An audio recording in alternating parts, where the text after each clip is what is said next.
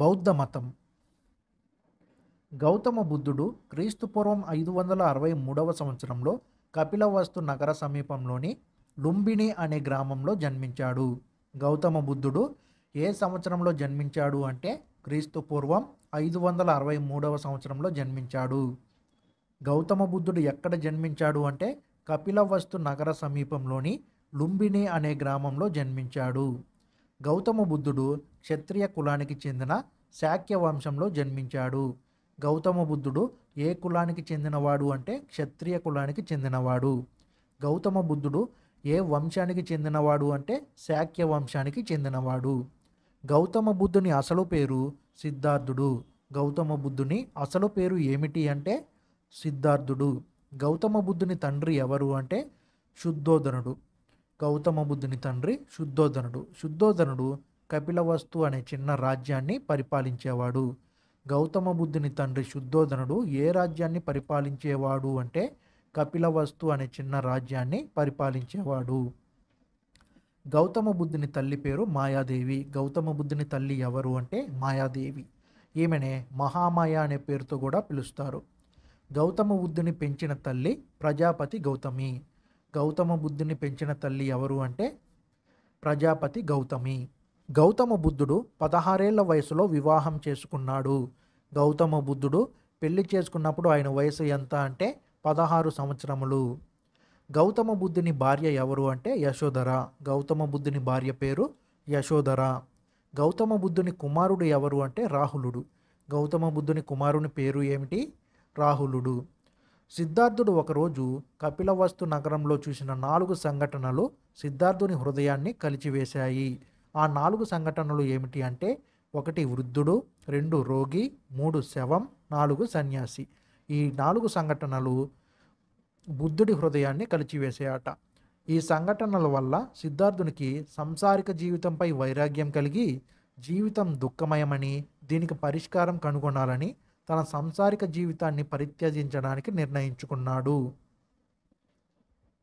సిద్ధార్థుడు తన 29వ ఏట కుటుంబాన్ని, రాజరిక జీవితాన్ని పరిత్యజించి సన్యాసించాడు.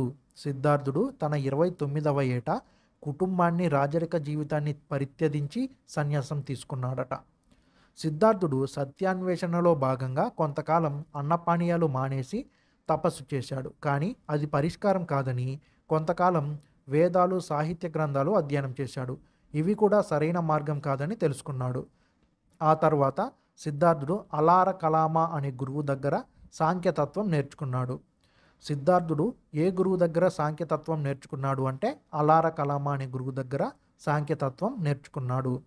ఆ తర్వాత సిద్ధార్థుడు ఉద్దక రామపుత్ర అనే గురువు దగ్గర ధ్యానం నేర్చుకున్నాడు. సిద్ధార్థుడు ధ్యానం ఏ గురువు దగ్గర నేర్చుకున్నాడు అంటే ఉద్దక రామపుత్ర అనే గురువు దగ్గర సిద్ధార్థుడు ధ్యానం నేర్చుకున్నాడు.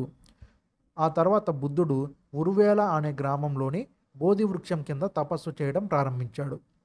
బుద్ధుడు ఉరువేల అనే గ్రామంలోని బోధి వృక్షం కింద తపస్సు చేయడం ప్రారంభించాడు. సిద్ధార్థుడు బుద్ధగయలోని బోధి వృక్షం కింద 49 రోజుల పాటు ధ్యానంలో ఉన్నప్పుడు సిద్ధార్థునికి జ్ఞానోదయం అయింది. సిద్ధార్థుడు బుద్ధగయలోని బోధి వృక్షం కింద 49 రోజుల పాటు ధ్యానంలో ఉన్నప్పుడు సిద్ధార్థునికి జ్ఞానోదయం అయ్యింది. 49 రోజుల పాటు ధ్యానంలో ఉన్నప్పుడు సిద్ధార్థునికి జ్ఞానోదయం అయింది. జ్ఞానోదయం అయినప్పుడు సిద్ధార్థుని వయసు 35 సంవత్సరాలు. జ్ఞానోదయం అయినప్పుడు సిద్ధార్థుని వయసు ఎంత అంటే 35 సంవత్సరాలు. సిద్ధార్థునికి జ్ఞానోదయం అయినప్పటి నుంచి బుద్ధుడుగా పిలువబడ్డాడు. సిద్ధార్థునికి జ్ఞానోదయం అయినప్పటి నుంచి బుద్ధుడుగా పిలువబడ్డాడు. సత్యాన్ని తెలుసుకున్నందున సిద్ధార్థుని తథాగతుడు అని పిలిచారు.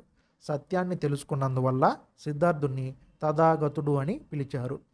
బుద్ధుని బోధనలు, సిద్ధాంతాలనే బౌద్ధ మతంగా పిలవడం జరిగింది. బుద్ధుని బోధనలు, సిద్ధాంతాలనే బౌద్ధ మతంగా పిలవడం జరిగింది. బుద్ధుడు జ్ఞానాన్ని పొందిన తర్వాత తొలి బోధన జింకల వనంలో 5 శిష్యులకు బోధించాడు. బుద్ధుడు జ్ఞానాన్ని పొందిన తర్వాత తొలి బోధన ఎక్కడ చేశాడు అంటే జింకల వనంలో తన 5 శిష్యులకు బోధించాడు. గౌతమ బుద్ధుడు క్రీస్తుపూర్వం 483 సంవత్సరంలో కుషీనగరంలో తన 80వ ఏట నిర్యాణం చెందాడు. గౌతమ బుద్ధుడు ఏ సంవత్సరంలో నిర్యాణం చెందాడు అంటే క్రీస్తు పూర్వం 483 సంవత్సరంలో నిర్యాణం చెందాడు. గౌతమ బుద్ధుడు ఏ ప్రాంతంలో నిర్యాణం చెందాడు అంటే కుషినగరంలో నిర్యాణం చెందాడు. గౌతమ బుద్ధుడు నిర్యాణం చెందినప్పుడు అతని వయసు ఎంత అంటే 80 సంవత్సరాలు. బుద్ధుని జీవితంలో జరిగిన 5 ప్రధాన సంఘటనలను పంచ కళ్యాణములు అని అంటారు. ఆ పంచ కళ్యాణములు ఏమిటి అంటే, 1 బుద్ధుని జననం. నేపాల్లోని లుంబినిలో బుద్ధుని జననం జరిగింది. బుద్ధుని జననానికి గుర్తు తామర పువ్వు. బుద్ధుని జననానికి గుర్తు ఏమిటి అంటే తామర పువ్వు. 2వది మహాభినిష్క్రమణ. బుద్ధుడు ఇంటిని వీడి సన్యాసం స్వీకరించడాన్ని మహాభినిష్క్రమణ అని అంటారు. 3వది సంబోధి. బుద్ధునికి జ్ఞానోదయమైన సంఘటనను సంబోధి అని అంటారు. బుద్ధునికి జ్ఞానోదయమైన సంఘటనను సంబోధి అని అంటారు. 4వది ధర్మచక్ర పరివర్తన. బుద్ధుని తొలి బోధనను ధర్మచక్ర పరివర్తన అని అంటారు. బుద్ధుడు జింకల వనంలో తన 5 శిష్యులకు బోధన చేశాడు కదా, ఆ సంఘటననే ధర్మచక్ర పరివర్తన అని అంటారు. ఇక 5వది మహాపరినిర్వణ. బుద్ధుని మరణాన్ని మహాపరినిర్వణ అని అంటారు. బుద్ధుడు ప్రాపంచిక సమస్యలకు కారణాలను తార్కికంగా విశ్లేషించాడు. ఆ కారణాలు ఏమిటి అంటే, ప్రపంచమంతా దుఃఖమయం. దుఃఖానికి కారణం కోరికలు. కోరికలకు మూలం అజ్ఞానం. దుఃఖ నివారణ మార్గం అజ్ఞానాన్ని జయించాలి. ఈ 4ంటిని ఆర్య సత్యాలు అని అంటారు. అష్టాంగ మార్గం పాటించడం ద్వారా దుఃఖం నుంచి బయటపడి మోక్షాన్ని పొందగలరని బుద్ధుడు బోధించాడు. అష్టాంగ మార్గం పాటించడం వల్ల దుఃఖం నుంచి బయటపడి మోక్షాన్ని పొందొచ్చని బుద్ధుడు బోధించాడు.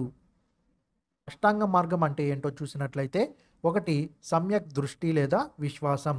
2 సమ్యక్ వాక్కు. 3 సమ్యక్ కృషి లేదా సమ్యక్ లక్ష్యం లేదా సమ్యక్ శ్రమ. 4 సమ్యక్ క్రియ. 5 సమ్యక్ నిశ్చయం. 6 సమ్యక్ ఆలోచన. 7 సమ్యక్ జ్ఞానం. 8 సమ్యక్ ధ్యానం. సమ్యక్ అంటే సరైన అని అర్థం వస్తుంది. అష్టాంగ మార్గం అంటే సరైన దృష్టి లేదా సరైన విశ్వాసం, సరైన వాక్కు, సరైన కృషి లేదా సరైన లక్ష్యం లేదా సరైన శ్రమ, సరైన సత్ప్రవర్తన, సరైన మనస్సు, సరైన ఆలోచన, సరైన జ్ఞానం, సరైన ధ్యానం. ఈ 8 లక్షణాలను అష్టాంగ మార్గంగా పేర్కొంటారు. బుద్ధుడు మోక్షానికి సూచించిన మార్గం సులభతరమైనందువల్ల దీన్నే మధ్య మార్గం అని అంటారు. బుద్ధుడు మోక్షానికి సూచించిన మార్గం సులభతరమైనందువల్ల దీన్నే మధ్య మార్గం అని అంటారు. బుద్ధుని మరణం తర్వాత ఆయన బోధనలను త్రిపీటకాల రూపంలో సేకరించారు. ఆ త్రిపీటకాలు ఏమిటి అంటే వినయ పీఠకం, సుత్త పీఠకం, అభిధమ్మ పీఠకం. ఈ 3ంటిని త్రిపీటకాలు అని అంటారు. బౌద్ధమత పవిత్ర గ్రంథాలు త్రిపీటకాలు. త్రిపీటకాలు పాలీ భాషలో రాయబడ్డాయి. వినయ పీఠికలో ప్రవర్తనా నియమావళి గురించి పేర్కొనబడింది. ఇక్కడ త్రిపీటకాలు ఉన్నాయి కదా, ఈ త్రిపీటకాలలో వినయ పీఠకంలో ప్రవర్తనా నియమావళి గురించి పేర్కొనబడిందట. వినయ పీఠికను బుద్ధుని శిష్యుడైన ఉపాలి సంకలనం చేశాడు. వినయ పీఠికను ఎవరు సంకలనం చేశారు అంటే బుద్ధుని శిష్యుడైన ఉపాలి సంకలనం చేశాడు. సుత్త పీఠికలో గౌతమ బుద్ధుని బోధనలు వివరించబడ్డాయి. సుత్త పీఠికలో గౌతమ బుద్ధుని బోధనలు వివరించబడ్డాయి. సుత్త పీఠికను గౌతమ బుద్ధుని ప్రియ శిష్యుడైన ఆనందుడు రచించాడు. సుత్త పీఠికను రచించినది ఎవరు అంటే ఆనందుడు. సుత్త పీఠికలో 5 భాగాలు ఉంటాయి. 1 దిగనికాయ, 2 మధ్యమ నికాయ, 3 అంగుత్తర నికాయ, 4 కుద్దక నికాయ, 5 సంయుక్త నికాయ. దిగనికాయలో 4 ఆర్య సత్యాలు మరియు అష్టాంగ మార్గాల గురించి పేర్కొనబడింది. మధ్యమ నికాయలో బుద్ధుడికి జైన అజీవకులతో ఉన్న సంబంధం గురించి ప్రస్తావించబడింది. అంగుత్తర నికాయలో షోడశ మహాజనపదాల గురించి ప్రస్తావించబడింది. కుద్దక నికాయలో బుద్ధుడు మరియు బోధిసత్వులకు సంబంధించిన కథలు ఉంటాయి. 5వది సంయుక్త నికాయ. అన్నిటికంటే పెద్ద నికాయ ఏది అంటే కుద్దక నికాయ. ఇక 3వ పీఠిక అభిధమ్మ పీఠిక. అభిధమ్మ పీఠికలో సుత్త పీఠిక, వినయ పీఠికలకు సంబంధించిన తాత్విక పరమైన చర్చలు ఉంటాయి. అభిధమ్మ పీఠికను మొగలిపుత్త తిస్స రచించాడు. అభిధమ్మ పీఠికను రచించినది ఎవరు అంటే మొగలిపుత్త తిస్స. బుద్ధుని పూర్వజన్మలను బోధిసత్వులు అంటారు. బోధిసత్వులు అంటే బుద్ధుని పూర్వజన్మలను బోధిసత్వులు అని అంటారు. మొదటి బౌద్ధ సంగీతి క్రీస్తు పూర్వం 483 సంవత్సరంలో రాజగృహంలో అజాతశత్రువు పర్యవేక్షణలో జరిగింది. మొదటి బౌద్ధ సంగీతి ఏ సంవత్సరంలో జరిగింది అంటే క్రీస్తు పూర్వం 483 సంవత్సరంలో జరిగింది. మొదటి బౌద్ధ సంగీతి ఎక్కడ జరిగింది అంటే రాజగృహంలో జరిగింది. మొదటి బౌద్ధ సంగీతి ఎవరి పర్యవేక్షణలో జరిగింది అంటే అజాతశత్రువు పర్యవేక్షణలో జరిగింది. మొదటి బౌద్ధ సంగీతికి అధ్యక్షత వహించింది మహాకాశ్యపుడు. మొదటి బౌద్ధ సంగీతికి అధ్యక్షత వహించింది ఎవరు అంటే మహాకాశ్యపుడు. మొదటి బౌద్ధ సంగీతిలో సుత్తపీఠిక, వినయపీఠిక సంకలనం చేయబడ్డాయి. సుత్తపీఠిక మరియు వినయపీఠిక ఏ బౌద్ధ సంగీతిలో సంకలనం చేయబడ్డాయి అంటే మొదటి బౌద్ధ సంగీతిలో సుత్తపీఠిక, వినయపీఠిక సంకలనం చేయబడ్డాయి. రెండవ బౌద్ధ సంగీతి క్రీస్తు పూర్వం 383 సంవత్సరంలో జరిగింది. రెండవ బౌద్ధ సంగీతి ఏ సంవత్సరంలో జరిగింది అంటే క్రీస్తు పూర్వం 383 సంవత్సరంలో జరిగింది. రెండవ బౌద్ధ సంగీతిని ఎవరు నిర్వహించారు అంటే కాలాశోకుడు నిర్వహించాడు. రెండవ బౌద్ధ సంగీతి క్రీస్తు పూర్వం 383లో జరిగింది. రెండవ బౌద్ధ సంగీతిని నిర్వహించినది ఎవరు అంటే కాలాశోకుడు. రెండవ బౌద్ధ సంగీతికి అధ్యక్షత వహించింది సబకామి. రెండవ బౌద్ధ సంగీతికి అధ్యక్షత వహించింది ఎవరు అంటే సబకామి. రెండవ బౌద్ధ సంగీతిలో బౌద్ధ సంఘం 2 శాఖలుగా విడిపోయింది. రెండవ బౌద్ధ సంగీతిలో బౌద్ధ సంఘం 2 శాఖలుగా విడిపోయింది. ఒకటి థేరవాదులు, 2 మహాసాంఘికులు అనే 2 శాఖలుగా బౌద్ధ సంఘం రెండవ బౌద్ధ సంగీతిలో 2 శాఖలుగా విడిపోయింది. థేరవాదులను స్థవిరవాదులు అని కూడా పిలుస్తారు. థేరవాదులను స్థవిరవాదులు అని కూడా పిలుస్తారు. థేరవాదులకు నాయకుడు మహాకాత్యాయన. థేరవాదులకు నాయకుడు ఎవరు అంటే మహాకాత్యాయన. మహాసాంఘికులు మహాకాశ్యపుడిని మూల పురుషుడిగా భావిస్తారు. మహాసాంఘికులు మహాకాశ్యపుడిని మూల పురుషుడిగా భావిస్తారు. మూడవ బౌద్ధ సంగీతిని క్రీస్తు పూర్వం 250లో అశోకుడు పాటలీపుత్రంలో నిర్వహించాడు. మూడవ బౌద్ధ సంగీతి ఏ కాలంలో జరిగింది అంటే క్రీస్తు పూర్వం 250లో జరిగింది. మూడవ బౌద్ధ సంగీతిని నిర్వహించినది ఎవరు అంటే అశోకుడు. మూడవ బౌద్ధ సంగీతిని అశోకుడు నిర్వహించాడు. మూడవ బౌద్ధ సంగీతిని ఎక్కడ నిర్వహించారు అంటే పాటలీపుత్రంలో అశోకుడు క్రీస్తుపూర్వం 250వ సంవత్సరంలో నిర్వహించాడు. మూడవ బౌద్ధ సంగీతికి అధ్యక్షత వహించింది మొగలిపుత్త తిస్స. మూడవ బౌద్ధ సంగీతికి అధ్యక్షత వహించింది ఎవరు అంటే మొగలిపుత్త తిస్స. మూడవ బౌద్ధ సంగీతిలో అభిధమ్మ పీఠిక రాయబడింది. అభిధమ్మ పీఠిక ఏ బౌద్ధ సంగీతిలో రాయబడింది అంటే మూడవ బౌద్ధ సంగీతిలో రాయబడింది. కథావత్తు అనే బౌద్ధ గ్రంథాన్ని రచించినది ఎవరు అంటే మొగలిపుత్త తిస్స. కథావత్తు అనే బౌద్ధ గ్రంథాన్ని రచించినది మొగలిపుత్త తిస్స. అశోకుడు తన కొడుకు మహేంద్రుణ్ణి స్థవిరవాదం ప్రచారం చేయడానికి సింహలకు పంపాడు.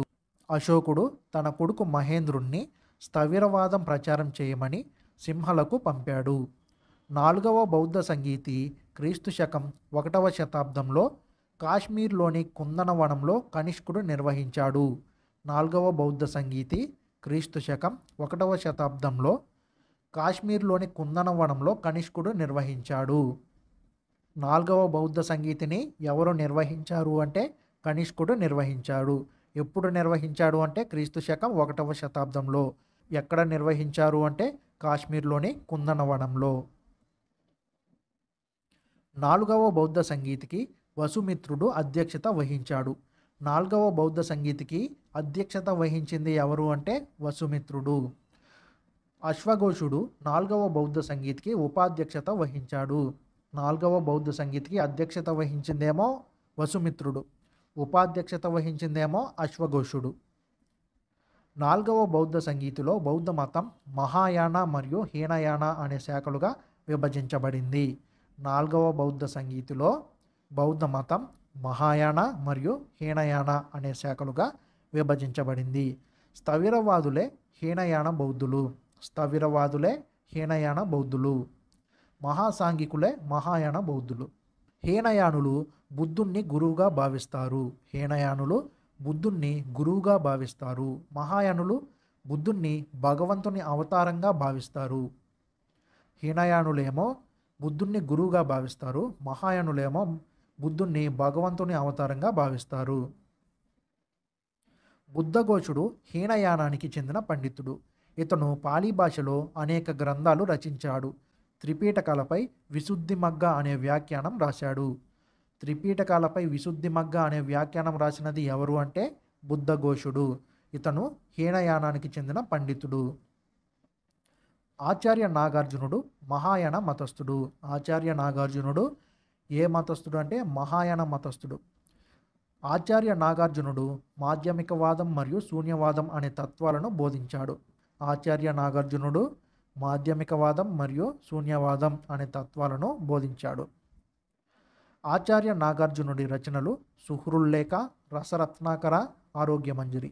ఆచార్య నాగార్జునుడి రచనలు సుహృల్లేఖ, రసరత్నాకర, ఆరోగ్యమంజరి మొదలైన రచనలు ఆచార్య నాగార్జునుడు రచించాడు.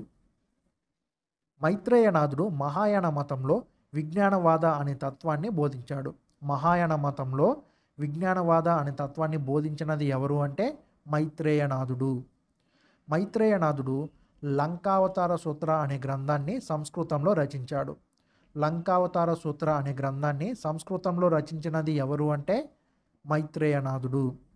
తర్కశాస్త్ర పితామహుడిగా దిజ్ఞాగుడు పిలువబడ్డాడు. తర్కశాస్త్ర పితామహుడిగా ఎవరు పిలువబడ్డారు అంటే దిజ్ఞాగుడు. ధర్మకీర్తి ఆంధ్ర ప్రాంతానికి చెందిన మహాయాన బౌద్ధ మతస్థుడు. ధర్మకీర్తి ఆంధ్ర ప్రాంతానికి చెందిన మహాయాన బౌద్ధ మతస్థుడు. ధర్మకీర్తి నలంద విశ్వవిద్యాలయానికి అధిపతిగా పనిచేశారు. ధర్మకీర్తి నలంద విశ్వవిద్యాలయానికి అధిపతిగా కూడా పనిచేశారట. ధర్మకీర్తిని ఇమ్మాన్యుయల్ కాంట్ ఆఫ్ ఇండియాగా పేర్కొంటారు.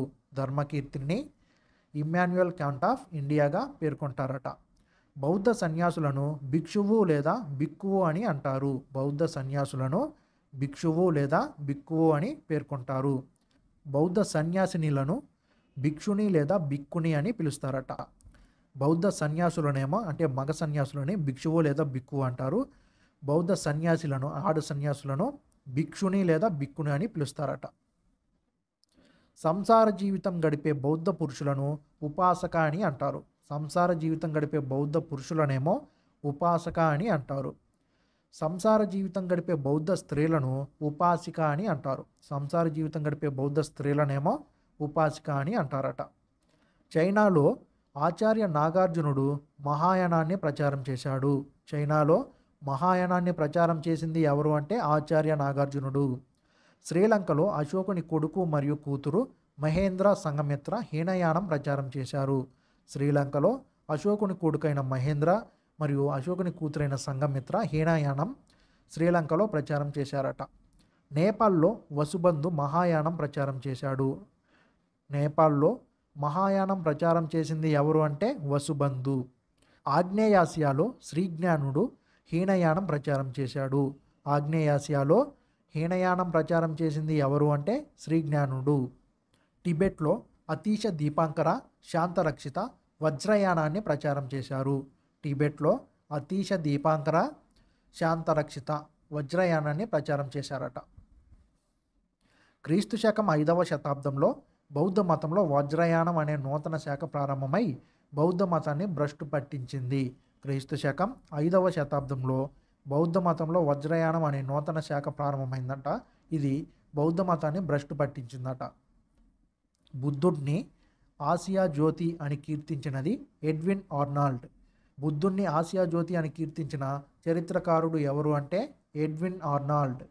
బుద్ధుడిని ప్రపంచ జ్యోతి అని కీర్తించినది ఎవరు అంటే శ్రీమతి రైస్ డేవిడ్స్. బుద్ధుడిని ఆసియా జ్యోతి అని ఎడ్విన్ ఆర్నాల్డ్, బుద్ధుడిని ప్రపంచ జ్యోతి అని శ్రీమతి రైస్ డేవిడ్స్ అనే చరిత్రకారులు కీర్తించారట.